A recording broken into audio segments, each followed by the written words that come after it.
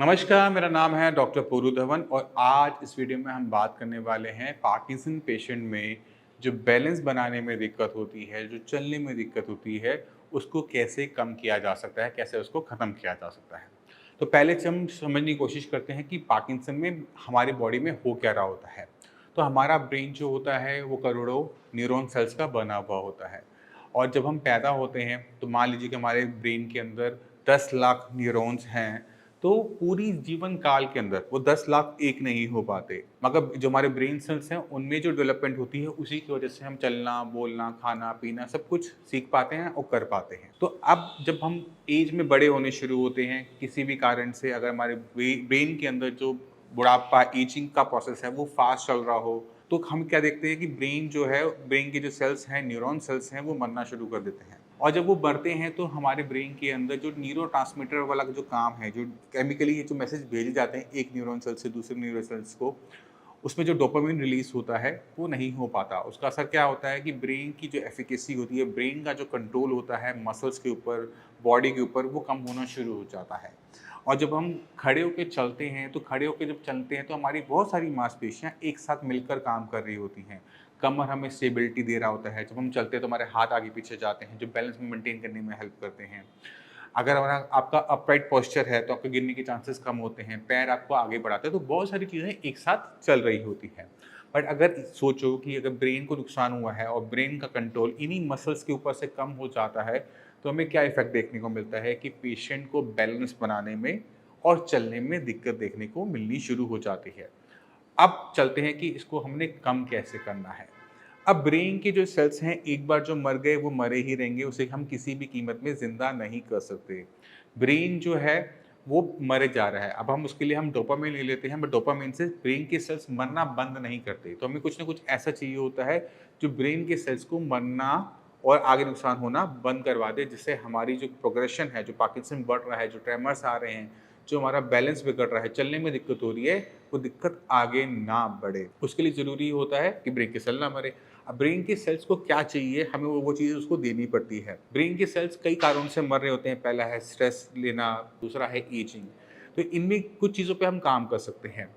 जैसे अगर हम हमारे लाइफ में कोई स्ट्रेस है, तो उसको स्ट्रेस को थोड़ा लाइफ को दूर रखो, क्योंकि पार्किंसन जो होता है कि ओल्ड एज में होने वाली बीमारी है, काफ़ी एज निकल चुकी होती है, तो जितना हो सके अपने आप को स्ट्रेस से दूर रखो और जो लोग आपको स्ट्रेस देते हैं उनसे भी थोड़ी-सी दूरी बना के रखो, तो इसमें थोड़ी-सी हेल्प मिल जाती है।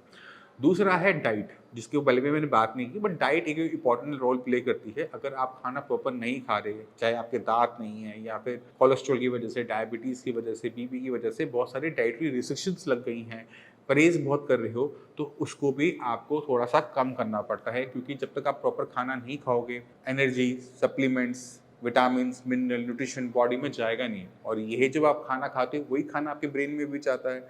तो आपको अपनी डाइट को थोड़ा-सा सुधारना पड़ता है। डाइट के अंदर आपको प्रोटीन की मात्रा बढ़ानी पड़ती है, विटामिन, मिनरल्स की मात्रा बढ़ानी पड़ती है, क्योंकि आपकी बॉडी की रिक्वायरमेंट विटामिन, मिनरल्स की, एनर्जी की बढ़ जाती है, क्योंकि आपकी बॉडी वीक हो रही है इसलिए।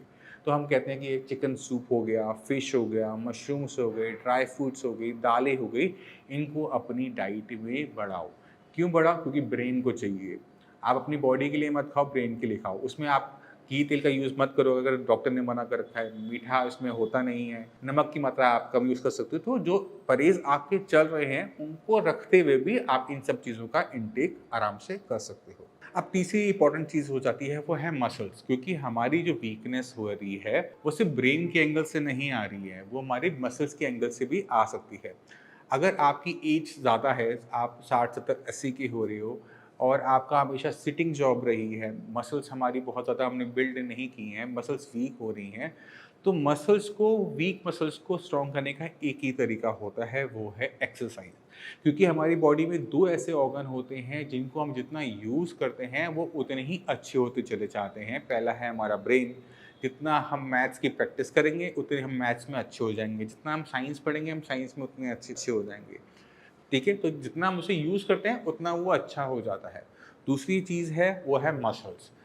मसल्स जो होती हैं वो एक्सरसाइज़ करने पे बढ़ती हैं। जो कोई जिम जाता है, वेट उठाता है, साइक्लिंग करता है, तो हम देखते हैं कि उनकी जो मसल्स का साइज़ है वो बड़ा होना शुरू हो गया। अब मैं आपको इस उम्र में कहूँ कि आपने साइक्लिंग करनी है, वेट उठाना है, वो थोड़ा-सा गलत हो जाता है। बट बॉडी को टोन अप रखने के लिए अगर थोड़ा बहुत अगर हम योगा कर सकते हैं, तो योगा करना, क्योंकि योगा में बहुत ज़्यादा एफर्ट, बहुत ज़्यादा ताकत नहीं लगती, बट बॉडी के अंदर फ्लेक्सिबिलिटी, मसल्स टोन आ जाता है। दूसरा आप क्या कर सकते हैं, वो है वॉक। आपकी जितनी काबिलियत है, उस काबिलियत के साथ वॉक करते रहना, चलते रहना, हर छोटे-छोटे काम को करने की कोशिश करना, सीढ़ियाँ चढ़ना, उतरना, इसमें भी आपकी जो मसल्स हैं, वो बेटर फॉर्म में बनी रहेंगी। क्योंकि जिस दिन आप एक्सरसाइज़ करना छोड़ दोगे, जिस दिन आप मूव करना छोड़ दोगे, उस दिन आपकी कंडीशन है, वो और तेज़ी से एग्रीवेट होनी शुरू हो जाती है। इसके लिए आप फिज़ियोथेरेपिस्ट, ऑक्यूपेशनल थेरेपिस्ट का भी प्रयोग कर सकते हैं, उनकी भी हेल्प ले सकते हैं, जिससे हमारी मसल्स जो हैं, वो बेटर फॉर्म में रहें।